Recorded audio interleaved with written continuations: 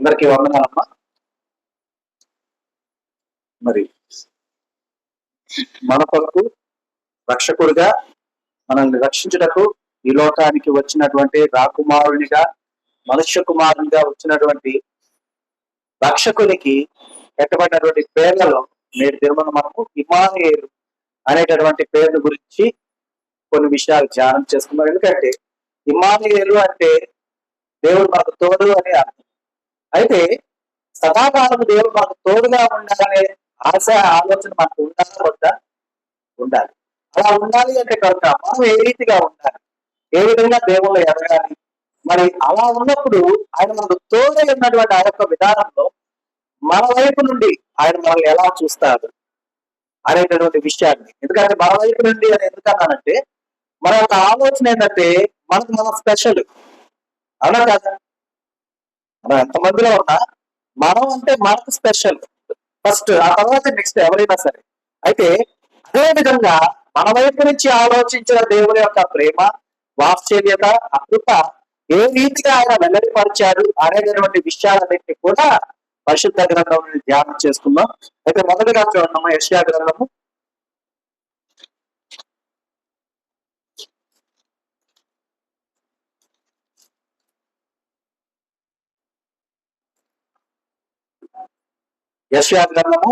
7వ అధ్యాయము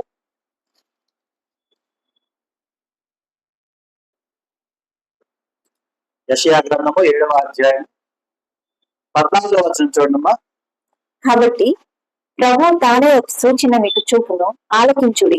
కన్యక గర్భవతి అయి కుమారుని కని అతనికి ఇమ్మానుయేలు అని పేరు పెట్టింది. కాబట్టి ప్రభు తానే ఒక సూచన మీకు చూపును. ఎవరు చూపిస్తున్నారు? దావీదు పట్టణమున నేడు రక్షకుడు మీ కొరకు పుట్టి ఉన్నాడు. ఈయన ఎవరమ్మా? ప్రభు అయిన క్రీస్తు. ప్రభు అయిన క్రీస్తు పుట్టి ఉన్నాడు అక్కడ.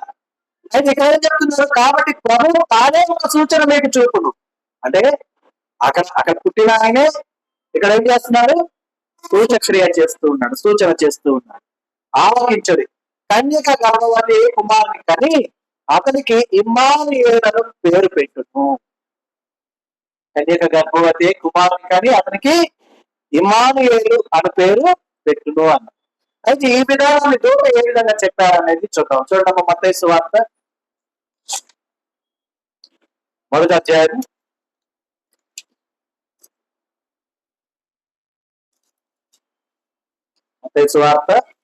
1వ అధ్యాయం 22-23 వచనాలు చూడండి. ఇదిగో కన్యక గర్భవతి అయి కుమారుని కనెను, ఆయనకు ఇమ్మానుయేలు పేరు పెట్టింది అని ప్రభు తన ప్రవక్త ద్వారా పలికిన మాట నెరవేరినట్లు ఇది అంతయు జరిగిన. ఇమ్మానుయేలు పేరునకు భాషాంతరమున దేవుడు మనకు తోడని అర్థం. ఇది ఎవరు చెప్తున్నారు ఈ మాటలు? ఎవరితో ఈ మాటలు? ఇక్కడ పలికిన మాటలు ఎవరు చెప్తున్నారు? యోసేపుతో చెప్తున్నారు. ఎందుకంటే ఆయన ఏమనుకున్నాడు? రహస్యముగా విన్నాడనుకున్నాడు. ఎందుకని? ఆమెను అవమానపరచకూడదని చెప్పేసి. అయితే దూరం ఏమని చెప్తున్నారు చూడండి. ఆమె యొక్క కుమారుని కనును తన ప్రజలను వారి పాపం నుండి ఆయనే రక్షించును అని అక్కడ యేసు అని పేరు పెడుతున్నారు. అలాగే ఇదిగో కన్యక గర్భవతి కుమారుని కనును ఆయనకు ఇమ్మానుయేలు పేరు పెట్టుదురు అని చెప్పారు. ఇది ఎందుకు జరుగుతుంది? ఇందాక మనం చదువుతున్నాం. ఏం జరుగుతున్నాం అన్నాక ప్రభు దాని యొక్క సూచన మీకు చూపును, లేదంటే మీకు చేయను. అవునా? ఏంటది? ఏంటది? ఆలకించుడి. అర్థమేంటి? నేను చెప్పేది వినండి, చూడండి, ఒకసారి వినండి అనేటటువంటి విధానం అంటే అబ్జర్వ్ చేయండి అని. మన రైల్వే స్టేషన్ లో ఉంటే కనుక అనౌన్స్మెంట్ వస్తుంది, దయచేసి గమనించండి అని. ఎవరు ఎన్ని పనుల్లో ఉన్నా సరే ముందు ఆ మాట వినగానే వెంటనే ఏం చేస్తారు? వింటారు, ఆలోచిస్తారు. ఎందుకు? వారు వెళ్ళాల్సిన టైం వస్తుందేమో అని. వినకపోతే వాళ్ళ టైం వస్తే వెళ్ళిపోయేది కూడా వాళ్ళు తెలుసుకునేలో. అవునా? కాబట్టి అలాగే ఈ లోపల ఆ టైం వెళ్ళిపోతే ఇంకో టైం ఉంది, వస్తుందా రాదా? ఆ రోజు మిస్ అయితే మరుసటి రోజు మళ్ళీ అదే టైం ఇంకో టైం వచ్చిందిగా. ఎక్కి వెళ్ళొచ్చా వెళ్ళకూడదా? అనొచ్చు కదా. అయినా కూడా ఎందుకు అంత alert గా ఉంటాం? ఆ టైం మిస్ అయితే మనం సర్వస్వం కోల్పోయినట్టు ఎందుకు ఫీల్ అవుతాం? ఎందుకు ఫీల్ అవుతాం? ఆలోచించండి. అయితే అక్కడ ఏ సర్వస్వం కోల్పోతాం, మనం చేయదలుచుకున్న పని కొద్దిగా లేట్ అయింది. మనం ఏదైనా ఊరు వెళ్ళి మనం చేయాలనుకున్న పని ఏదైనా ఉంది అంటే కనుక అది కొంచెం లేట్ అయింది. దానితో పాటు మన జీవితం ఆగిపోదు. అక్కడ ఆగిపోద్దా? ఆగిపోదు. కానీ ఇక్కడ ఈ అనౌన్స్మెంట్ వినకపోతే కనుక, ఈ అనౌన్స్మెంట్ కు తగినట్టుగా జీవించకపోతే కనుక మనం కోల్పోయేది ఏంటో తెలుసా? రక్షకుని యొక్క ఆగమను మన కొరకై ఉండగా మనం ఆయన్ని ధరించుకునే ఆవశ్యకతను కోల్పోతాం. అర్థమైందా? అందుకనే ఆలకించుడి, కన్యల గర్భవతి కుమారుని కరుడు అని ప్రభువు తన ప్రవక్త ద్వారా పలికిన మాట నెరవేరినట్లు ఇదంతా జరిగింది. అయితే ఇమ్మానుయేలు పేరునకు ఏంటమ్మా అర్థం? దేవుడు మనకు తోడని అర్థం. ఎవరికి?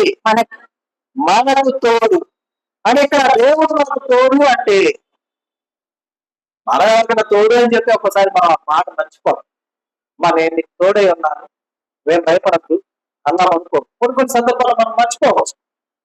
ఎందుకంటే మనకు బాధ్యతలు ఉంటాయి, మనకు అవసరాలు ఉంటాయి, మనకు ఇబ్బందులు ఉంటాయి, మనకు కష్టాలు ఉంటాయి.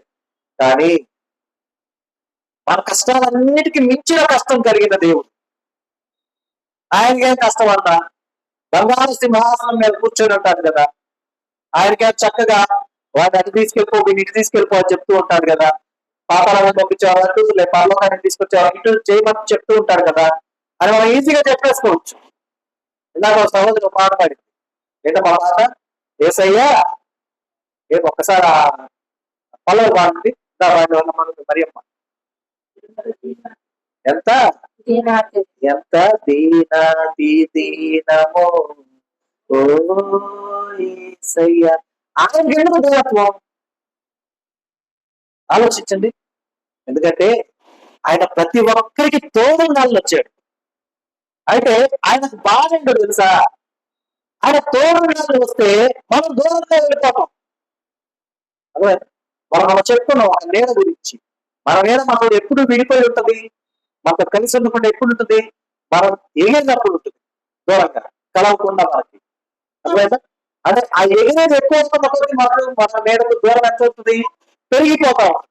ఒక్కసారి మనం అక్కడి నుంచి పడిపోయాం అనుకోండి, నేల దగ్గర అయితే మనకు అడ్డు పెట్టుకుంటుంది, కానీ మనకు జరిగే నష్టం వస్తుంది. ఆ నష్టం నేను జరుగుతా సింపుల్ గా ఒక మాట చెప్తా. మన కాలు విరిగిందమ్మా, కాలు విరిగింది, గమనించండి.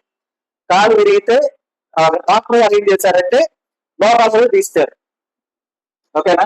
నేల కూడా మోకాలు ఉండదు, మోకాలు ఉండదు, నేల కూడా ఉండదు, కరెక్టే. కానీ ఆ నొప్పి నేర్పుతుందా? ఎవరికి నష్టం? ఓకే. ఎందుకంటే ఆ నొప్పి భరించాల్సింది మనం, వేరే కాదు. వేరేది మనం అట్టి పెట్టుకోవడానికి ఎప్పుడు మధ్యలో ఉంటుంది. మీరు ఎలా ఉంటే అలాగే రిఫ్లెక్ట్ అవుతుంది. అర్థమైందా? ఎలా ఉంటే అలాగే రిఫ్లెక్ట్ అయింది. నీకు వెలుగు ఎక్కువ ఉన్నప్పుడు నేను బాగా ఎత్తుగా చూపిస్తుంది. నేను నడిమెత్తి మీద వెలుగున్నప్పుడు నేను చాలా తక్కువగా చూపిస్తుంది. నేనే అది నేను ఎలా అర్థం చేసుకోవచ్చు తెలుసా? ఉదయకాలం వచ్చేటటువంటి సూర్యుడు యొక్క వెలుగు మనం వెనక పెడితే మన మీద చాలా పొడుగ్గా ఉంటుంది. అవునా? మనకు వెనక వెలుగు పడుతుందంటే వెలుగు మన మీద పడితే మన మీద ముందుకు ఉంటుంది. అవునా? ఆ పొడుగ్గా ఉన్న నేలను చూస్తే మన నిజంగా పొడుగు ఏమని అర్థమా? అబ్బా కాదు. ఏమి సాదృశ్యం అంటే నేను నీకు తోడై ఉన్నాను, భయపడదు, నడువు అని. అదే దేవుడితో పోల్చుకుంటే. అదే మిట్ట మధ్యాహ్నం పూట తల మీద ఉన్నప్పుడు మన మీద కొద్దిగా ఉంటుంది. ఓకేనా? అది మనం అభివృద్ధి చెందినప్పుడు ఆలోచించే విధానం అనుకుంటాం. మనం బాగా దేవుడు డెవలప్ అయిపోయాం, బాగా ఉన్నతమైన స్థితికి వెళ్ళిపోయాం, ఎత్తైన శిఖరాలకు వెళ్ళిపోయాం. అప్పుడు తక్కువగా నేను కనిపించింది అనుకుంటాం. ఆ మాత్రం నేను విడిచిపెట్టిందా? ఆ నేనేం చెప్తుంది? నాకన్నా నువ్వు ఎత్తుకు ఎదిగావు. ఓకేనా? మనం చూస్తే కొంచెం నేల మన పక్కన కొద్ది కనపడుతుంది, ఎక్కువ కనపడదు కదా. అంటే నిన్ను హెచ్చించాలని దేవుని ఆశ. నువ్వు అభివృద్ధి చెందిన కొద్దీ ఆయన తగ్గిపోతూ ఉన్నాడు.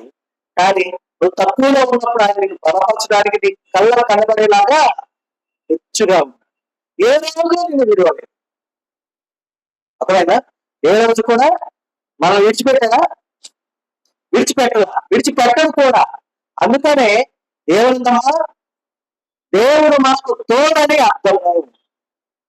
మరి ఆ అర్థమైన మాట దేవుడు మన విషయాల్లో, మన జీవితాల్లో ఎలా నెరవేరుస్తున్నాడో చూద్దాం. ఇర్మియా గ్రంథము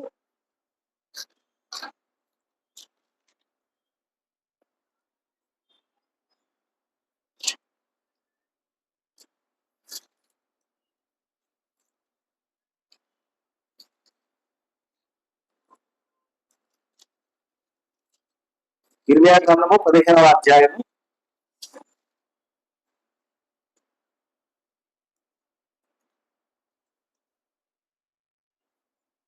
20-21 వచనం చూడమ్మా. అప్పుడు నిన్ను ఈ ప్రజలను పడగొట్టజాలని ఇత్తడి ప్రకారముగా నేను నియమించదను.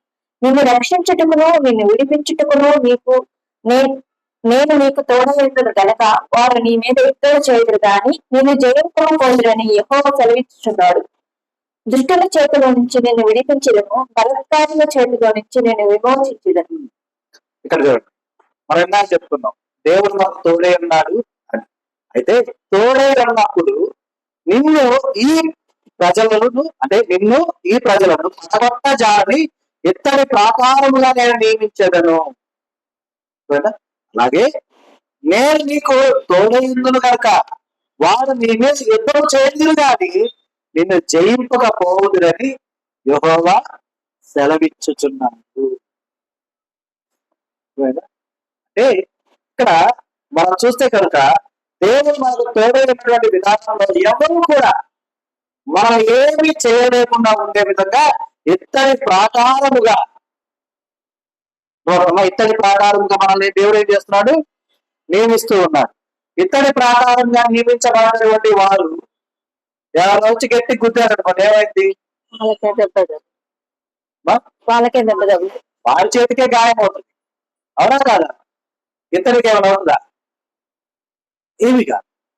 అని దేవుడు నిన్ను ఎందుకు అలాగా చేయాలనుకున్నాడంటే నీకు తోడే ఉన్నాడు కాబట్టి. అంటే అంత దృఢంగా ఉండగలుగుతాం. ఎందుకు ఆయనకి తోడే ఉండాలి? మాట ఇచ్చాడు కదా. మాట ఇచ్చిన దేవుడు మర్చిపోతాడా? మనమైతే మనుషులమై ఉన్నాం కాబట్టి. మన వాయిస్ వినపడుతుందనక ఎవరి దాకా వినిపిస్తుందా? మైక్ లో వస్తుందా? మరి దేవుడు మనకు తోడే ఉంటాడు అని మాట ఇచ్చాడు కదా. మాట ఇచ్చిన దేవుడు మాట తప్పుతాడా? తప్పుతాడమ్మా? తప్పడు. మరి మాట ఇచ్చిన దేవుడు మనకు తోడే ఉన్న విధానం ఎదుటి వారికి తెలియాలంటే మనల్ని ఏం చేస్తాడు? దృఢపరుస్తాడు, బలపరుస్తాడు. మనం అనుకోవచ్చు క్రూర మృగాలు సైతము నరునికి లోబడుతున్నాయి లేదా? ఎందుకు లోబడుతున్నాయి?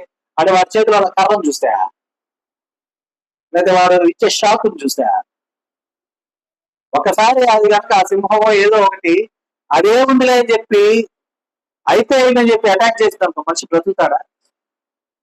ఎందుకు లోపడుతుంది? అంటే అది దేవుడి ఆజ్ఞ ఉంది. అర్థమైందా? ఎలాంటి ఆజ్ఞ ఏంటి? ఎవరి దగ్గరికి పంపించారు దేవుడు సమస్త జీవరాశుల్ని? ఆదాము దగ్గరికి పంపించినప్పుడు ఆదాము ఏం చేశాడు? వాటిని చూసి వాటి పేర్లు పెట్టాడు. ఆ తర్వాత వేరే వీటన్నిటిని వేరు అన్నాడు. అర్థమైందా? ఇప్పుడు మనం ఒక సింహ పిల్లని తెచ్చుకొని ఇంట్లో పెంచుకున్నాం. చిన్నప్పటి నుంచి పెంచాం. దానికి వైట్ రైస్, అదే నాన్ వెజ్ పెట్టకుండా పెంచాం. ఓకేనా? నువ్వు నాన్ వెజ్ పెట్టలేదా బలంగా అవ్వకుండా ఉంటుందా? సన్నగా పిల్లలాగా ఉంటుందా? ఎలా ఉంటది? దాని ఆ యొక్క ఆకారాన్ని తెచ్చుకుంటూ వస్తుంది దానికి. అయితే అంత ఆకారం ఉన్నా సరే నీ మాటకు లోపడి. కారణం ఏంటి? దానికి నీవు ఆహారం పెట్టావు, దాన్ని పెంచావు, పెద్ద చేసావు. ఇది మనందరూ తెలిసిన కారణం. కానీ ప్రతి ఒక్క క్రూర మృగానికి స్వతహా ఒక ఆలోచన ఉండదా? నాకు పంజా ఉంది, ఈ పంజాతో నేను కొట్టచ్చు, నా కోరలతో ఎవరైనా చీల్చివేయించాను. దానికి తెలుసా తెలీదా? తెలిసే ఉంటుందిగా. మరి తెలిసే ఉన్న నేను ఎందుకు చేయట్లా? దాని గుండెల్లో దేవుడు భయాన్ని కలిగిస్తాడు. అర్థమైందా? ఆ భయం ఏం చేస్తుందంటే నీ దగ్గరకు రాకుండా చేస్తుంది. ఇది నీ గొప్పతనం కాదు, మళ్ళా ఎవరు గొప్పతనం? దేవుని నీకు తోడే ఉన్న దేవుని గొప్పతనం. అంటే ఇక్కడ నేను సింహాన్ని ఎందుకంటే అట్లా పోల్చింది, మన జీవితంలో మన పక్కనే ఉంటే కష్టాలు, ఇబ్బందులు, బాధలు, వ్యాధులు ఇవన్నీ కూడా రోగంగానే మన పక్కనే ఉంటాయి. అవి మన చిన్నతనం నుండి మనతో పాటుగా పెరుగుతా వస్తుంటాయి. అయితే దేవుడు నీకు తోడుగా ఉన్నాడు కాబట్టి అవి నేనేమి చేయడు. నువ్వు భయపడితే అంతే. వాటికి భయపడిపోయామనుకో అవేం చేస్తాయి? మనల్ని కబలించి వేస్తాయి. భయపడ్డాము అంటే దాని అర్థం ఏంటి? దేవుడు మనకు తోడు లేడని కదా అర్థం. దేవుడు మనకు తోడు అంటే మనకెందుకు భయం? ఎందుకంటే ఇక్కడ ఎవరు భయపడింది చూడమా, ఇత్తడి ప్రాకారముగానే నియమించగలను, నిన్ను రక్షించుటకును నిన్ను విడిపించుటకును నేను నీకు తోడేందును కనుక వారు నీ మీద యుద్ధము చేయుదురు, కానీ యుద్ధం చేయదురు కానీ ఏం చేయలేరు? జయించలేదు. ఆలోచించుకోండి. మనకొచ్చే కష్టం, మనకొచ్చే బాధ, మనల్ని భయపెట్టేటటువంటి ఆలోచన, మనల్ని కుంగ తీసేటటువంటి వేదన, ఇవన్నీ కూడా మనల్ని భయపెట్టాలని చూస్తున్నాయి. కానీ నీకు తెలియని విషయం ఏంటంటే నీవు ఎత్తడి ప్రాకారంలో ఉండటకు దేవుడు నిన్ను నియమించి ఉన్నాడు, నీకు తోడై ఉన్నాడు, నిన్ను రక్షించుటకును నిన్ను విడిపించుటకును నీకు తోడే ఉన్నాడు. ఇవి నేను సిద్ధం చేస్తాయి. ఏవి మనం ఏమి చూసైతే భయపడుతున్నాం అన్ని మనకి సిద్ధం చేస్తాయి. కానీ దేవుడు మనకు తోడే ఉన్నాడు కాబట్టి అవి ఏం చేయలేవు, ఏం చేయలేమమ్మా? జయించలేవు, గెలవలేవు. ఈ వాక్యాన్ని దేవుడు మనకు ఎప్పుడు ఇచ్చాడు తెలుసా? మన మందిరం ఇట్లా మొదటి ఆదివారం ఇచ్చాడు. కాబట్టి అంటే దేవుడు మనకు తోడే ఉన్నటువంటి విధానంలో మనం ఎప్పుడు కూడా మనం అండర్స్టిమేట్ చేసుకోకూడదు. అర్థమైందా? ఇత్తడి తలుపు అయినా సరే, ఇత్తడి వస్తువు అయినా సరే, ఇత్తడి ఏదైనా సరే గమనించండి. విశ్లేషం అనుకో దానికి దెబ్బ తగులుతా, ఎవరి మీద పడితే వారికి దెబ్బ తగులుతుంది, దానికి తగలదు. అలాగే నేను ఇత్తడి ప్రాకారంలో ఉండేందుకు దేవుడు నిన్ను హెచ్చించాడు, నిన్ను పిలుచుకున్నాడు, నిన్ను నిలబెట్టాడు, నిన్ను బలపరిచాడు. అయితే నిన్ను తాకి వెళ్ళేటటువంటి కష్టాలను చూసి నువ్వు భయపడతా ఉన్నావు అనుకో, నువ్వేమైపోతావు? నీ సహజత్వాన్ని కోల్పోయినట్టు అవుతావు. అర్థమైందా? ఇత్తడి కనుక నేను ఇత్తడిని కాదు అనుకుంటాను, ఉపయోగం ఉందా? ఉందామా? లేదు. ఎందుకంటే ఇప్పుడు బాగా గమనించండి, మనం ఐరన్ ని ఎక్కడ పెడితే తుప్పు పడుతుంది, తుప్పు పడుతుంది కదా, దాని సహజ గుణం అది. అదే ఇత్తడి కూడా నేను కూడా అలాంటిదానే అని చెప్పి తుప్పు పట్టించుకోవడానికి కనుక అది సిద్ధమైంది అనుకో, దానికి కూడా తుప్పు పట్టింది అనుకున్నాం వర్క, కొద్ది రోజులకి మరొకటి ఉంటుందా దాన్ని ఏమైపోతుంది? అది కూడా కాలగర్భంలో కలిసిపోయింది. కాబట్టి ఎప్పుడు కూడా మన సహజ సిద్ధమైనటువంటి స్వాభావికమైనటువంటి మన యొక్క బలాన్ని, మన ధైర్యాన్ని మనం కోల్పోకూడదు. ఎందుకంటే దేవుడు మనకు తోడై ఉన్నాడు. అర్థమైనా? అయితే దేవుడు మనకు తోడై ఉండాలి అంటే కదా మనం ఎలా ఉండాలి? ఇప్పుడు దేవుడు మనకు తోడై ఉండాలి అని మనం ఆలోచిస్తున్నాం. తోడై ఉన్న దేవుడు ఏం చేస్తున్నాడో చూపించాడు, ఏం వివరించాడు. అయితే దేవుడు మనకు తోడుగా ఉండాలి. ఎందుకంటే దేవుడు మనల్ని ఏం చేస్తున్నాడు? దుష్టుల చేతిలో నుండి మనల్ని విడిపిస్తున్నాడు, బలాత్కారుల చేతిలో నుండి మనల్ని విమోచిస్తున్నాడు. అయితే ఇవి మనకు ఉండాలంటే దేవుడు మనకు తోడే ఉండాలంటే మనం ఎలా ఉండాలి? 19వ వచనం చూడండి పైన. కాబట్టి యెహోవా ఇలాగ సెలవిచ్చును, నీవు నా తట్టు తిరిగిన ఎడల నీవు నా సన్నిధిని నిలిచినట్లు నేను నిన్ను తిరిగి రప్పించును. ఏది నీచములో ఏది ఘనములో నీ గుర్తు పట్టిన ఎడల నీవు నా నోటి వల్ల ఉండువు. వారు నీ తట్టులకు తిరగలేను, కానీ నీవు వారి తట్టులకు తిరగకూడదు. కాబట్టి యెహోవా ఇలాగ సెలవిచ్చాను, ఏమంటాడమ్మా? నీవు నా తట్టు తిరిగిన ఎడల నీవు నా సన్నిధిని నిలిచినట్లు నేను నిన్ను తిరిగి రప్పించును. అంటే మనం ఎవరు వైపు చూడాలి? దేవుడి వైపు చూడాలి. ఎందుకంటే మనం తోడు ఉండాలి కాబట్టి ఆయన అదే చెప్తున్నాడు. ఏమని? నీవు నా తట్టు తిరిగిన ఎడల నీవు నా సన్నిధిని నిలిచినట్లు నేను నిన్ను తిరిగి రప్పించును. ఏది నీచములో ఏది ఘనములో నీవు గుర్తుపట్టిన ఎడల. ఎందుకంటే మనము గుర్తుపట్టాలి కొన్ని విషయాలు ఉంటాయి. ఏది మంచిది కాదు, ఏది మంచిది అనేది మనం గుర్తు పట్టిన వల్ల ఆయన మనం ఎలా ఉంటామంట, నీవు నా నోటి వలె ఉందువు. అది దాని అర్థం తెలుసా? ఎంత గొప్ప మాట తెలుసా మాట. నువ్వేం చేయాలి? మొదట గుర్తించాలా ఏది మంచిది, ఏది చెడ్డది, ఏది ఘనమైనది, ఏది నీచమైన నువ్వు గుర్తుపట్టిన వల్ల నీవు నా నోటి వలె ఉందువు.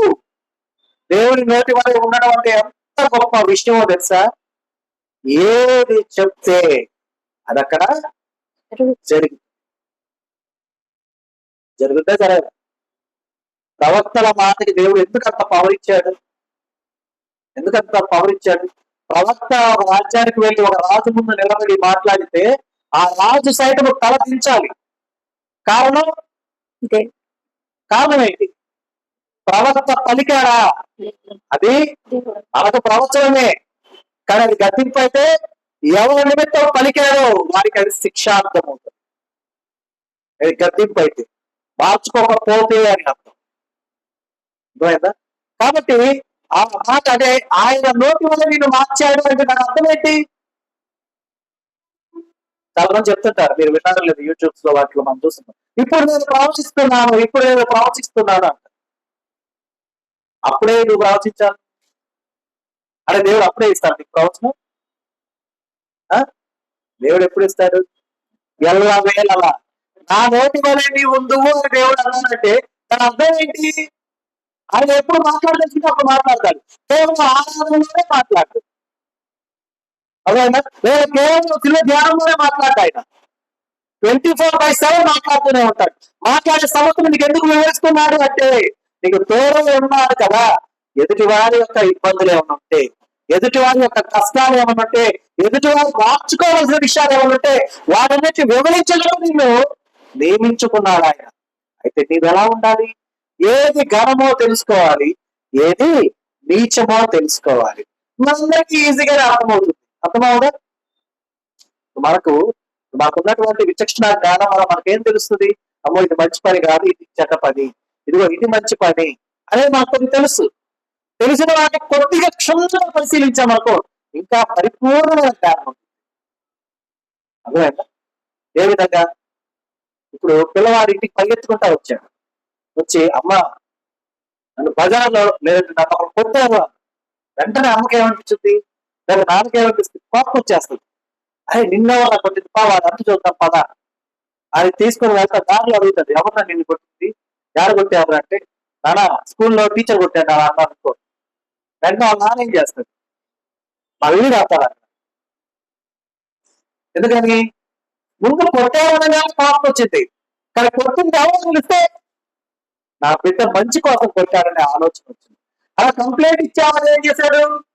మరలా టీచర్ గారు కొడితే అలా చెప్పకూడదను ఏదో ఒకటి మాట్లాడి తీసుకొని వెళ్తాడు. అవునా? అంటే ఇక్కడ అర్థం ఏంటి?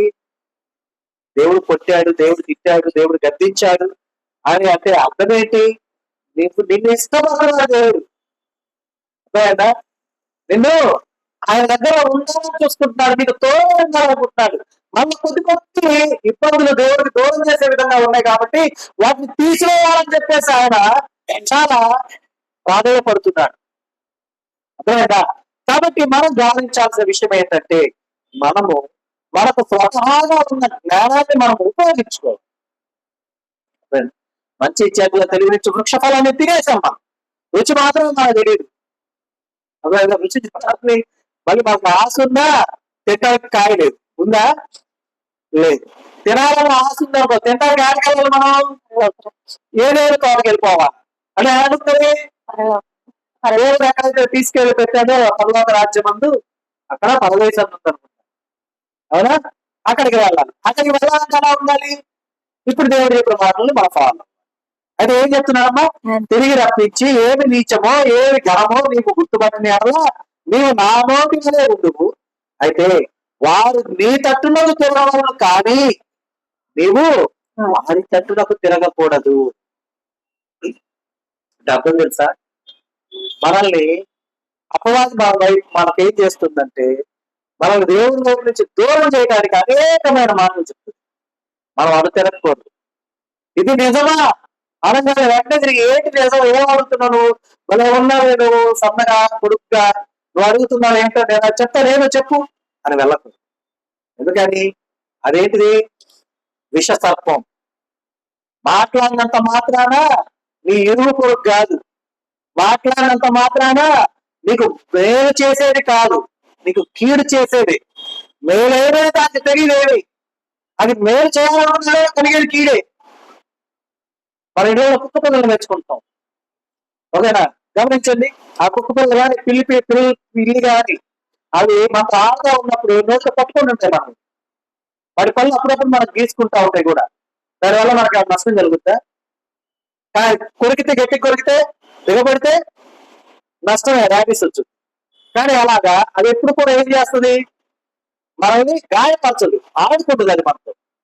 ఓకే, ఏదైనా పెంచుకునే పాములు చాలా మంది పెంచుకునే వాళ్ళు, వాళ్ళతో అది ఆడుతుందట. సరే, అది పాపం కొరకూడదు, గాయపరచకూడదు కానీ ఆడుకుంది అనుకుంటాం. ఓడ పండు పట్టుకుంది, ఏమి చేయాల, రాదు కూడా అది పట్టుకుంది. వీడు ఆడికేస్తాడు పరిగెత్తుకుంటా. అయ్యో మా పాపే, మా బంగారమే అని చెప్పి ఇంకో గుడ్డు దిగమాట పెడతాడు. నీకు పాలు పోస్తే నన్నే పట్టుకుంటారేమో అని చెప్పి దాన్ని అక్కడే చెప్పి వెళ్తాడు. అర్థమైందా? అది నీచమైనది. ఘనమైనది దాని నుండి నువ్వు దూరంగా ఉండడం నీకు ఘనమైనది. కాబట్టి అపవాదం తిరగకూడదు. గమనించండి, ఏదైతే ఏమైనా సరే అది నీ వైపు తిరగాల. ఎందుకని? నీ వైపు తిరిగితే, నీవు తిరిగిన వైపున నీ దేవుడు నీకు తోడుగా ఉండగా నీ వైపు తిరిగితే దేవుడు దాన్ని కనపడతానా లేదు? యోగ విషయంలో అపవాది గొంతుగా మాట్లాడిన మాటలు మనం గమనించుకోవచ్చు. అయ్యా నీవు అతనికి తోడే ఉన్నావు, నేనేం చేయగలను? అతని చేతుల్లో జీవించావు, నేనేం చేయగలను? అతనికి కంచె వేసావు, నేనేం చేయగలను? మాట్లాడి ఎవరు పలికింది? స్వయంగా అపవాదే. దేవుడు గర్వంగా అవుతున్నాడు అపవాదిని. యాభించి వచ్చావు సాతానా, అటు ఇటు తిరుగుతా వచ్చానే భూమి మీద, ఇదో నా భక్తుడి గురించి విన్నావా? నేను ఆయన తోడేడు, నేనే ఆయన గురించి ఆలోచించేది. నాకు ఆలోచించేంత ధైర్యం కూడా ఉన్నా, నీకు తోడే ఉన్నావు. ఎందుకని? ఆయన తోడే ఉంటే అక్కడ ఉన్న ధైర్యంలో ఇత్తడి ప్రాకారానికి పోయి పాలు కొరికేసి కలిసింది అనుకోండి, ఏమైంది? దాని పళ్ళు ఎరిగిపోతుంది, పల్లూరి ఆడ పడతాయి. అవునా? ఇలా మనం చెప్పుకుంటా ఉన్నాం, మేలు చేయాలని చూసినా కానీ దానివల్ల ఇది కీడే. ఏటా మేలు? దాని గుడ్లు పెట్టేసి పాలు పోసారని చెప్పి ప్రేమతో అలా చేతిలో కాళ్ళు కొరికి వెళ్ళింది అనుకో, నా దగ్గర ఉన్నది ఒక గొప్ప విధానం నాలో ఉంది, అది నీకు ఇస్తానని చెప్పి, నీ దగ్గర గుడ్డు నాకు ఇచ్చావు, నాలో ఉన్నటువంటి మంచి ద్రవం నీకు ఇస్తానని చెప్పి అది కలిసి కొద్దిగా విషయం ఇచ్చేది అనుకో, మనం దానికేం తెలుసు? దానివల్ల దానికి చాలా ప్రాముఖ్యమైనది, దానికి తొందరగా పోగొట్టుకోదండి.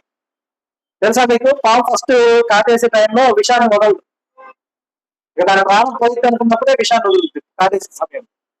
అలాగా కొద్దిగా ఇచ్చింది అనుకో, నా దగ్గర చాలా ప్రశస్తమైంది, అది ఎప్పుడో నా ప్రాణానికి ఇబ్బంది అనుకుంటే దాన్ని వాడతాను, నేను దాన్ని వాడినప్పుడు నేను బతుకుతాను, కాబట్టి నా యజమానుగా నువ్వు గుడ్లు పెట్టావు, పాలు పోసావు, ఇదిగో కప్పలు కూడా తెచ్చావు అప్పుడప్పుడు నా కోసం, అది కొద్దిగా తీసుకొని ఇచ్చింది అనుకో, నెక్స్ట్ హాఫ్ అన్ అవర్ తర్వాత ఏమైంది? చక్కగా బలంగా తయారవుతుంది. మనం కామిక్స్ లో ఉంటుంది హల్క్ అని, వాడి కోపం వస్తే వాడి దేహం అంతా పచ్చగా మారినను బాగా లావ్ అయిపోతాడు. అవునా? ఆ విధంగా అవుతాడా? పాము ఇచ్చిన విషయం తీసుకున్నవాడు అవుతాడా? కాబట్టి అది మేలు చేయాలనుకున్నా దానికి మేలు చేయడం రాదు. కనుక మనం తిరగకూడదు. మన ఆలోచనలు ఎప్పుడు, మన ఆచరణ ఎప్పుడు మన దేవుని ఎదుట స్ట్రైట్ ఫార్వర్డ్ గా మాత్రమే ఉండాలి. స్ట్రైట్ ఫార్వర్డ్ గా ఉన్నప్పుడు మన వెనక ఏమి జరుగుతుందో మనకు అనవసరం. ఎందుకు? దేవుడు నీకు తోడై ఉన్నాడు. నువ్వు ఎలా ఉన్నావు? ఇత్తడి ప్రాకారముగా ఉన్నావు. కాబట్టి మనల్ని మనం తగ్గించుకునే వాళ్ళగా మనం ఎప్పుడు కూడా ఉండకూడదు. కనుక ఆ విధంగా మనం ఉంటే, ఎందుకంటే దేవుని నోటి మీద మనం ఉంటాం కదా. అవునా కదా? ఆయన ఏం చెప్పాడు? ఏది ఘనమో ఏది నీచమో నువ్వు గుర్తుపట్టిన అట్లా నీవు నా నోటి వల్లే ఉండు. ఓకేనా? నోటి వల్లే ఉండు అంటే దాని అర్థం ఏంటి? ఆ నోరు మాట్లాడింది దేవుడు చేయటమేగా. అవునా కాదు? అవునా కాదా? అవును కదా. చూడండి, లూకాసు వార్త 23వ అధ్యాయము 43వ వచనం చూడండి. మాటకి నోటి మాటకు దేవుడి నోటి వల్ల ఉన్నంటే మాటకు ఎంత గొప్ప విధానం ఉందో చూడండి. అందుకైనా వానితో నేడు నీవు నాతో కూడా పరదేశంలో ఉందివని నిశ్చయంగా నీతో చెప్పుచున్నాను. ఆ, అందుకైనా నేను నీవు నాతో కూడా పరదేశంలో ఉన్నాను నీతో నేను నిశ్చయంగా చెప్పుచున్నాను. ఇక్కడ దేవుడి నోటి వల్ల ఉన్నవాడు ఎవరు? కరెక్ట్ చెప్పాలి. రెండవ దేవుడి నోటి వల్ల ఉన్నవాడు ఎవరు? కదా సిలువ వేయబడి యేసుప్రభు కాకపోతే సిలువలో ఉన్నాయన, ఆయన కాకపోతే యేసుప్రభు. ఇంతకు ఎవరు? ఇలా మనం చెప్తున్నాం దేవుడి నోటి వాళ్ళు ఉంటారు మీరు అన్నారు. అంటే దేవుడి నోరు ఎలా ఉంటుంది? ఆయన చెప్పింది జరుగుతుంది అక్కడ. ఇప్పుడు దేవుడి నోటి వల్ల ఉన్నవాడు యేసుప్రభు మాట్లాడారు, నేను కాదట్లా. దేవుడి నోటి వల్ల ఉన్నవారు ఎవరు చెప్పాలి. నేను ఎవరు చెప్పట్లా? కన్ఫ్యూజన్ లో ఉన్నారా? దేవుడి నోటి వల్ల ఉన్నటువంటి వారు ఎవరు అంటే సిలువలో ఉన్న రెండవ వారు. ఎలాగో చెప్పరా? అప్పుడు ఏమడిగారు యేసుప్రభుని? నీవు నీ రాజ్యంలోకి ఉన్నప్పుడు జ్ఞాపకం చేసుకోయ్యా. అంటే నీకు రాజ్యం ఉందని నాకు తెలుసు, ఆ రాజ్యంలో నువ్వు వస్తావని తెలుసు, అక్కడ నువ్వు జ్ఞాపకం చేసుకో. దేవుడి నోటి వల్ల మాట్లాడినటువంటి మాట నీ రాజ్యంలో నువ్వు జ్ఞాపకం చేసుకుంటే, జ్ఞాపకం చేసుకోవడానికి ఇతను ఎక్కడ ఉండాలి? ఎక్కడ ఉండాలి? రాజ్యంలో ఉండాలిగా. చూసారా, ఇందాక మనం చదువుకున్నాం యెషయా గ్రంథంలో ఏమనుంది? యెషయాలో సారీ ఇర్మియా గ్రంథంలో చదివి ఏమనుందంట? కండిషన్ ఏముంది? ఏది నీచములో ఇతను ఏమన్నాడు? అరే మనం చేసిందంతా దేవుడు వ్యతిరేకమైతే మనం దాన్ని బట్టి మనం అనుభవిస్తున్నాం, అది మనకు సరైనది. కానీ ఈయనలో ఏ తప్పు లేదు, ఈయన పాపం చేయరా. అంటే అతనికి ఏం తెలిసింది? అక్కడ ఏది నీచమో తెలిసిపోయింది, ఏది గర్వం తెలిసింది? దేవుడి రాజ్యం గర్వం తెలిసింది. నీవు గుర్తుపట్టిన వల్ల నా నోటి ఉంది, నువ్వు ఆయన నోటి వల్ల ఉన్నాడు. వెంటనే ఇన్స్టెంట్ గా మారిపోయాడు. ఆయన నోటి వల్ల ఉండగా ఆయన నోటి పలికింది యేసు అదే రక్షకుడా. నీవు నీ రాజ్యానికి వచ్చినప్పుడు జ్ఞాపకం చేసుకో, నన్ను జ్ఞాపకం చేసుకో. అంటే నేను ఎక్కడ ఉంటావు? అప్పుడు ఎక్కడుంటే నన్ను జ్ఞాపకం చేసుకుంటావు? ఆయన రాజ్యంలో. అంటే దేవుని నోరు ఏమైందమ్మా? జరిగిందా? మన కనులో క్లియర్ కనబడుతుందా లేదా? ఆయన ముందుగా ఇచ్చారు ఏమని? వేలాడబడినటువంటి ఆధారస్తుల్లో ఒకరు ఆయనను దూషించచ్చు, నీవు క్రీస్తువు కదా, నిన్ను నీవు రక్షించుకున్నాము, మమ్మల్ని కూడా రక్షించమని చెప్పారు. అయితే రెండవ వాడు వాడిని గద్దించి నీవు అదే శిక్షా విధిలో ఉన్నావు కనుక దేవుడికి భయపడవా? మనకైతే ఇది న్యాయమే, మనము చేసిన వాడికి తగిన ఫలము పొందుచున్నాము, కానీ ఈయన ఏ తప్పిదము చేయలేదని చెప్పి ఆయన్ని చూచి యేసు నీవు నీ రాజ్యంలోనికి వచ్చినప్పుడు నన్ను జ్ఞాపకం చేసుకొనుము, జ్ఞాపకం చేసుకోను అన్నాడు. జ్ఞాపకం చేసుకోవాలని ఎక్కడ జ్ఞాపకం చేసుకోమన్నాడు? నీ రాజ్యం. ఇతనికి తెలియదు ఆయన రాజ్యంలోకి వెళ్తామని అతనికి తెలియదు. కానీ వేర్ దెర్ ఈస్ ఏ ఏంటి విల్ దెర్ ఈస్ ఏ వే.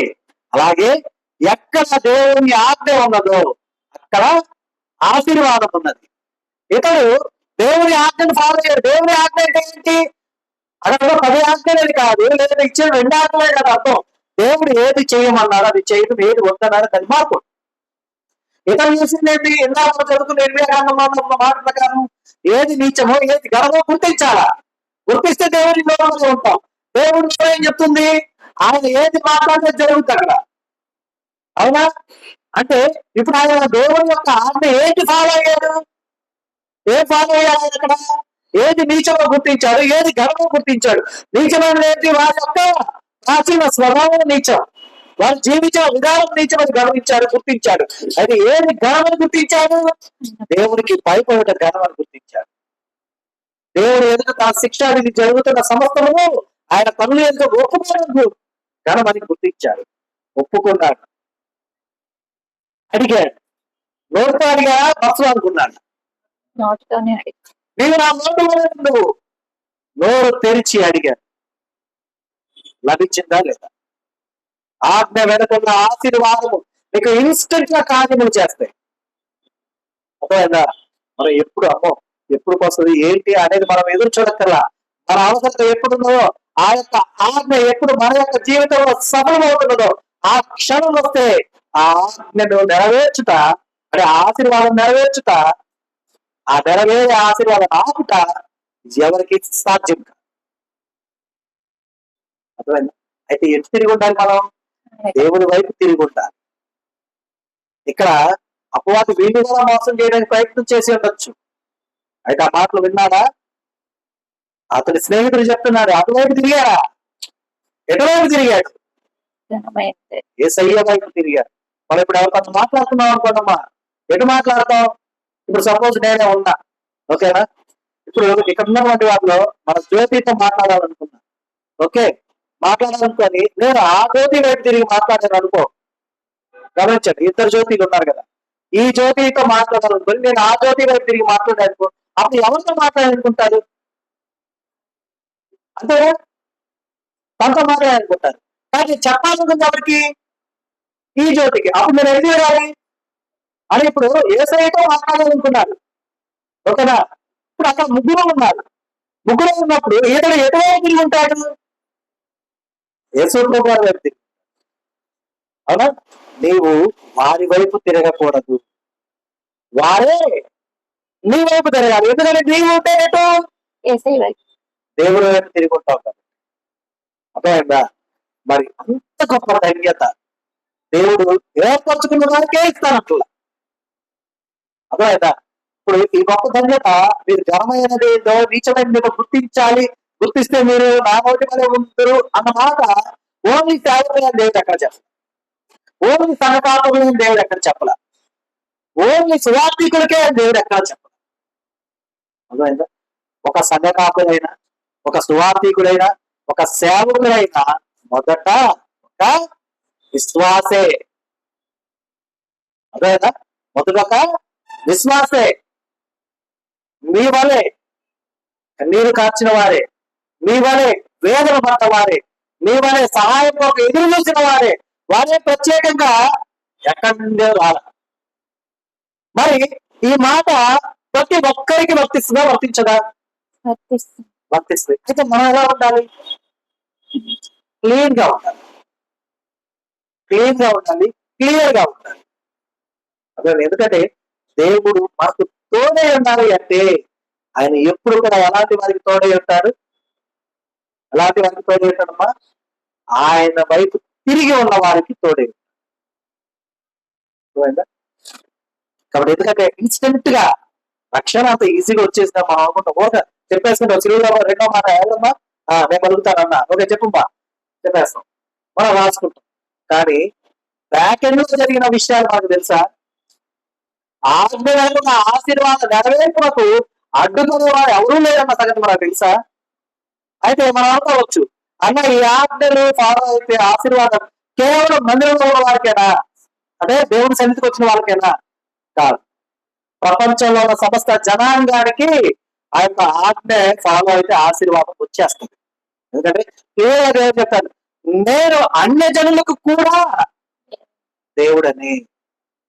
అర్థం, నేను వారికి కూడా తోడే ఉన్నా, కాకపోతే వారు నా వైపు తిరగరు కాబట్టి వారు ఏమి కూడా సాధించలేకపోతుంది.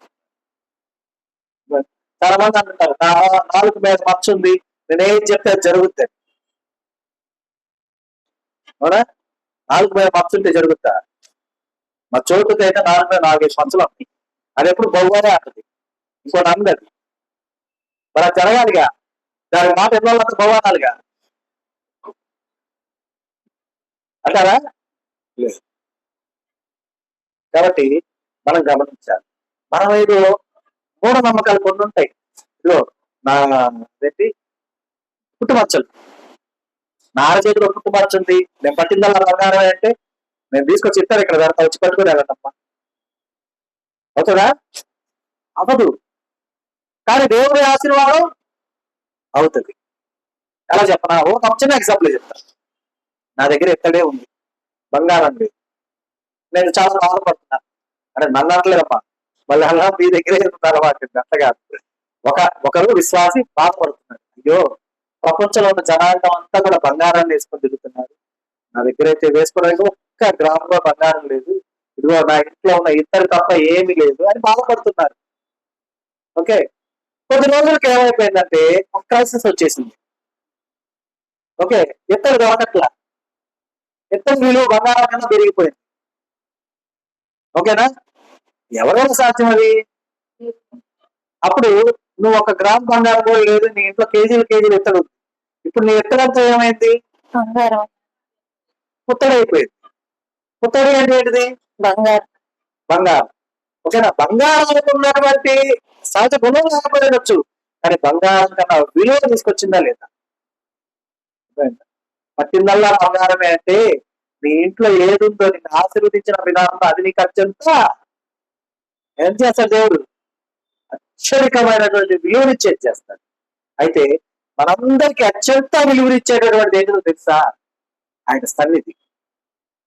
మన గృహంలో మనం ఏర్పాటు చేసుకునే సన్నిధి ఎంత బలోపేతం చేస్తుందో తెలుసా మనల్ని? లాస్ట్ టైం ఒకసారి చెప్పుకున్నాము.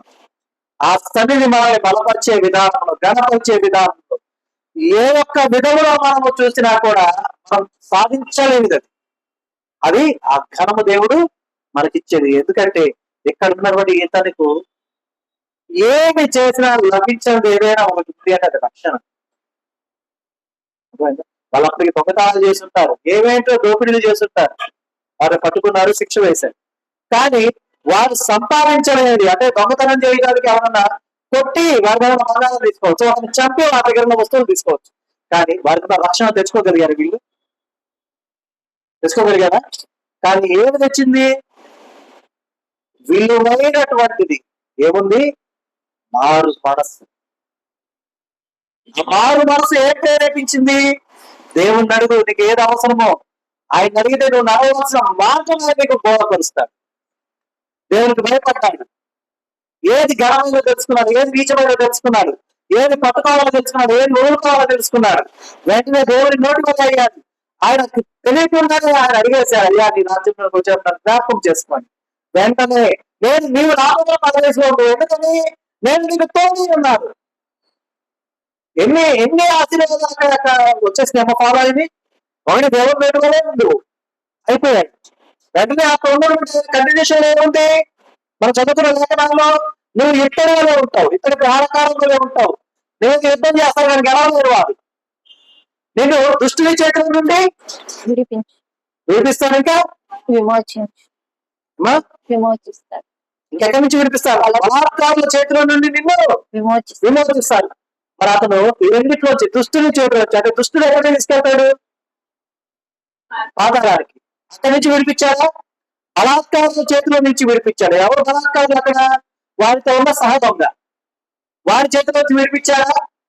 దేవుడు తోడే ఉన్నది కాబట్టి నిత్యరాజ వారసత్వం లభించిందా? ఆయన తోడే ఉంటే ఎంత సింపుల్ గా జరిగిపోయింది ఇక్కడ కదా. మనం చెప్పుకున్న దాంట్లో సింపుల్ గా జరిగిపోయింది. కానీ ఎన్ని ఆజ్ఞలు అతను ఫాలో అయ్యాడు, ఎన్ని ఆజ్ఞలు మనకున్న ఆశీర్వాదాన్ని పొందుతున్నాడు విత్ ఇన్ ది సెకండ్స్. అంతేగా, లేదు విత్ ఇన్ ది అవర్స్ అనుకుందాం. రోజైతే గడవలేదుగా, రోజైతే గడవలా, గంటలు గడిచినాయి. Within the span of seconds or minutes or hours లో అద్భుత కార్యం మాకు జరిగిందంటే దేవుని ఆశీర్వాదం ఎంత స్పీడ్ గా జరుగుతా ఆలోచన. మన గవర్నమెంట్ జీవో ఉంటుంది, జీవో పాస్ అయింది, అది ఎప్పటికి ఇంప్లిమెంట్ అవుతుంది? అప్పుడు చాలా టైం పడుతుంది. కానీ దేవుని ఆశీర్వాదం ఆజ్ఞ ఫాలో అయ్యాడు, ఇన్స్టెంట్ గా ఆశీర్వాదం వచ్చేసింది. ఆశీర్వాదం ఓర్లో వచ్చేసిందా? నేడు నీవు నాతో కూడా పనిచేసుకోదు, నేనే నిన్ను వెంట పెట్టుకొని వెళ్తాను. అర్థమైందా? కాబట్టి మనం గమనించాలి. అయితే వెంట పెట్టుకుని వెళ్ళిన ఆ విధానంలో లభించింది ఏంటి? చూడండి, ప్రకటన గ్రంథము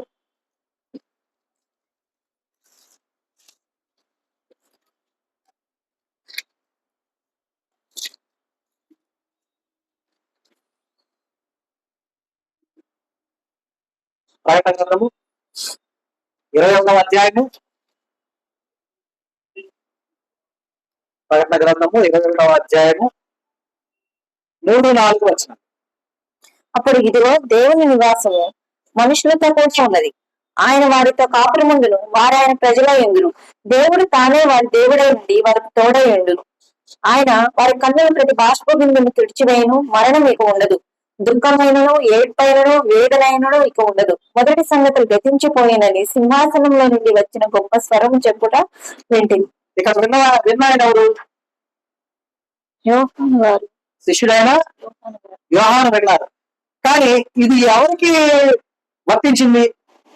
ఇప్పుడు మనం ఇందాక చెప్తున్న లేఖనాలు ఎవరికి వర్తించింది? అమ్మా? సిలువ వేయబడి.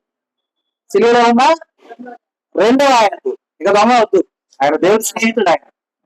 ఓకే, రెండవ ఆయనకు వర్తించింది. ఎలాగా? ఏం జరిగింది చూడండి. నీవు ఎప్పుడైతే దేవుని వైపు తిరిగావో, ఎప్పుడైతే నీవు దేవుని నోటి వల్ల మారావో, ఎప్పుడైతే నిత్యరాజ్య ప్రవేశానికి నీకు అర్హత లభించిందో, అప్పుడు ఇదిగో దేవుని నివాసం మనుషులతో కూడా ఉన్నది. ఆయన వారితో కాపురముండును, వారు ఆయన ప్రజలై ఉండరు. దేవుడు తానే వారి దేవుడై ఉండి వారికి తోడై ఉండును. ఎప్పుడు ఆయనకు మారుమనసు కలిగింది? ఎప్పుడైతే యేసయ్య మొదటి మాట మాట్లాడాడు, ఎప్పుడైతే ఆయన దూషిస్తూ అతని స్నేహితుడు మాట్లాడాడు, రెండింటినీ ఆలోచించాడు. ఆ రెండు మాటలు విన్నాడు. రెండు మాటల్లో ఏది ఘనమైన మాట, ఏది నీచమైన మాట గుర్తించాడు. గుర్తించిన తర్వాత దేవుని నోటి వల్లే అయ్యాడు. అయిన తర్వాత అడిగిన మాట దేవుడు ఇచ్చేశాడు. ఎందుకు ఇచ్చేశాడంటే అప్పటికే దేవుడు అతనితో నివాసం ఉన్నాడు. అర్థమైనా? నివాసం ఉన్నాడు. అతడు దేవుని ప్రజ అయిపోయాడు. అర్థమైనా? వారు ఆయన ప్రజలై ఉండును, దేవుడు తానే వారి దేవుడై ఉండి వారికి తోడై ఉండదు. అతనికి దేవుడే తోడై ఉన్నాడు. ఆయన వారి కనుల ప్రతి బాష్ప బిందువు తుడిచివేశాడు. అర్థమైనా? ఆ హృదయంలో ఏ వేదన ఉంటుంది? పరలోక రాజ్యానికి అయ్యా నీ రాత్రుల్లోకి వచ్చినప్పుడు నువ్వు నన్ను జ్ఞాపకం చేసుకో అన్నాడు. అనటానికి ముందు ఎంత వేదన, ఎంత బాధపడి ఉంటాడు. అయ్యో, ఎంతకాలం నేను జీవించింది ఇలాంటి జీవితమా? అంటే అతడి స్నేహితుడైనటువంటి అతడు పలికిన మాట విన్నాడు కదా. యేసయ్య మాట్లాడిన మాట విన్నాడు, మొదటి మాట సిలువలో. అలాగే ఇక్కడ అతనితో ఉన్నటువంటి వాడు మాట్లాడిన మాట విన్నాడు. ఈ రెండింటిని బట్టి అతను ఏం అర్థం చేసుకుని ఉంటాడు? ఏది ఘనమైన మాట, ఏది నీచమైన మాట అర్థం చేసుకుని ఉంటాడు. ఆ అర్థం చేసుకున్న దాంట్లో అతనికి పశ్చాత్తాపం కలిగి ఉండదా? ఆయన అప్పుడు అట్లా ఏడుస్తున్నటువంటి, అంటే బాధతో ఉన్నటువంటి ఆయన యొక్క కన్నీటి ప్రతి బాష్ప బిందువును తుడిచివేశారు ఎవరు? దేవుడు. ఏ మాటతో? నేడు నీవు నాతో కూడా పరదేశంలో ఉండేవాడిని నీతో నేను నిశ్చయంగా చెప్పుచున్నాను అన్న మాటతో ఆ కన్నీటి నుండి, కంటి నుండి వచ్చే ప్రతి బాష్ప బిందువుని ఆయన తుడిచివేసి ఉండగా అక్కడి నుంచి ఏం వెళ్ళిపోయింది? ఆయన దగ్గర నుండి ఏం వెళ్ళిపోయింది? ఇక్కడ ఉన్న లేఖను చూడండి. మరణమైనను దుఃఖమైనను ఏడ్పైనను వేదనైనను ఇక ఉండదు. ఎందుకు? ఇతడును అబ్రహాము కుమారుడే. ఇంకా ఎందుకు అంటే దేవుడు అతనికి తోడై ఉన్నందున. ఏమీ లేవు. మరణం ఇక ఉండదు, అలాగే దుఃఖమైనను ఏడ్పైన వేదనైనను ఇక ఉండదు. మొదటి సంగతులు గతించిపోయినని సింహాసనంలో నుండి వచ్చిన గొప్ప స్వరము చెప్పుట వింటిని. అంటే ఆయనైతే అక్కడికి వెళ్ళి విన్నాడు. ఎవరు? మన శిష్యుడని యోహాను. కానీ ఇవన్నీ కూడా ఎవరు వినుంటారు ముందే? సిలువలో ఉన్నటువంటి ఆ స్నేహితుడు వినుంటాడా? వినుంటాడు. రెండవ ఏమని? ఇగో పాతయన్ని గతించిపోయింది. ఎందుకని? నువ్వు ఇప్పుడు క్రీస్తుతో ఉన్నావు, నువ్వు ఇప్పుడు నూతన సృష్టి. పాతవన్నీ గతించిపోయి నువ్వు వాటిని ఆలోచించద్దు. ఇక నీకు మరణం లేదు, ఏర్పు లేదు, దుఃఖం లేదు, వేదన లేదు, సమస్తము క్రొత్తవాలేదు. సంతోషించు అంటూ వెలుగు వచ్చి ఉన్నది, లెమ్ము తేజ ఇల్లుము, ఇక గంతులు వేయి అని చెప్పుట ఆయన రెండవ సిలువలో ఉన్న రెండవ వాడు వినుంటాడా? వినుంటా? మనకైతే వినపడదు, ఆయన వినుంటాడు కదా. ఎందుకంటే దేవునితో మిళితమైనటువంటి ఆ యొక్క ఆత్మకు, ఆ యొక్క మనసుకు ఉండేటటువంటి అనుభూతి అది. అర్థమైందా? దేవుడు మీతో ముచ్చటించే విధానం ఎలా ఉంటుందో తెలుసా? గిల్లి కజ్జాలు అంటారు కదా, చిన్న చిన్న గిల్లి కజ్జాలు అలా ఉంటది. ఆ రోజు నాడు చేసావు కదా, లేదులే ప్రభావ ఏదో తెలియజేశా, నేను ఒప్పుకుంటాను అంటే ఇలా. అంటే అంటే మనల్ని ప్రేమించే దేవుడు మనతో ముచ్చరించే విధానం ఎట్లా ఉంటుందంటే, మనం కనుక చూస్తే నువ్వు నన్ను దీవిస్తేనే కానీ నీకు విడుదల అంటే విడుస్తావు కదా అని చెప్పి తొడగుటి మీద కొట్టారు కదా, వదిలే అంటే అంటే అంత స్వేచ్ఛ, అంత ప్రేమ, ఆ పెరుగులాట అసలు దేవుడితో మామూలుగా దేవుడు అనుకుంటే కనుక పెరుగులాట అవకాశం ఉంటుందా? నువ్వు నన్ను విడవద్దయ్యా, నన్ను ఆశీర్వదించే వదలు అలా నేను వదలను, అరే వదులుతావు నేను వదలను, నువ్వు నన్ను ఆశీర్వదిస్తే వదులుతా, అరే వదులు అలాగే. అంటే ఎట్లా అంటే చమత్కారభరితమైనటువంటి ఆ సన్నివేశం ఎలా ఉంటుంది, అంత ఆహ్లాదంగా ఉంటుంది, సంతోషంగా. నేను విడుదల ప్రభావ, విడుస్తావు ప్రభావ, విడవడు, నువ్వు ఆశీర్వదించు అమ్మా, సరిపో ఆశీర్వది. ఇప్పుడు ఎలా లేదు సరే, ఎలా ఉంటుంది ఆ సన్నివేశం, ఎలా ఉంటుంది, ఎంత సంతోషంగా, ఎంత ఆనందంగా. ఎందుకంటే అది దేవుడి కోపం, అలాగే దేవుడు మనకి ఇతన్ని విడవలేదు. ఎందుకని ఆ ప్రేమ, దేవుడితో ఉన్న బాండింగ్ ఆయన అంత కోరుకుంటాడు మనుషుల దగ్గర నుండి. ఎందుకంటే ప్రతి ఒక్క మనిషి యొక్క కన్నీటి బిందువులు ఆయన తుడిచివేయాలి అనుకుంటున్నాడంటే ఆయన ఎంత దగ్గరగా ఉండి తుడిచివేస్తాడు తన స్వహస్తాలతో. అంత ప్రేమ దేవుడు. ఓకే, అందుకు నీకు తోడే ఉంటా అంటాడు. అయితే ఘనమైనది నువ్వు తెలుసుకుంటే ఇంకా సంతోషంగా ఉంటాను ఆయన ఆశ. అది తెలుసుకోవాలి. ఆ విధంగా ఉంటే నేను నీకు తోడే ఉండి ఎలాగే హెచ్చిస్తానో చూడు, నేను ఎంత ఉన్నతమైన స్థితిలోకి తీసుకెళ్తానో చూడు అని చెప్పి ఆయన వివరిస్తున్న విధానమే ఇమ్మానుయేలు. కాబట్టి ఆ యొక్క విధానం దేవుడు మనకు తోడే ఉండే విధంగా, మనం ఎప్పుడు కూడా ఆయన మనతో నడిచే విధంగా, మనల్ని బలపరిచే విధంగా మనం ఉండుటకు చాలిన జ్ఞానమును దేవుడు మనకు నింపి నడిపించును గాక. ఆమేన్. దేవుడు మనకు అనుగ్రహించిన తన సత్యవాక్కును బట్టి దేవుడికి కృతజ్ఞతాస్తుతులు చెల్లిస్తున్నాను. దేవుడు తన వాక్యమును దీవించును గాక. ఆమేన్. అందరికి వందనాలమ్మా.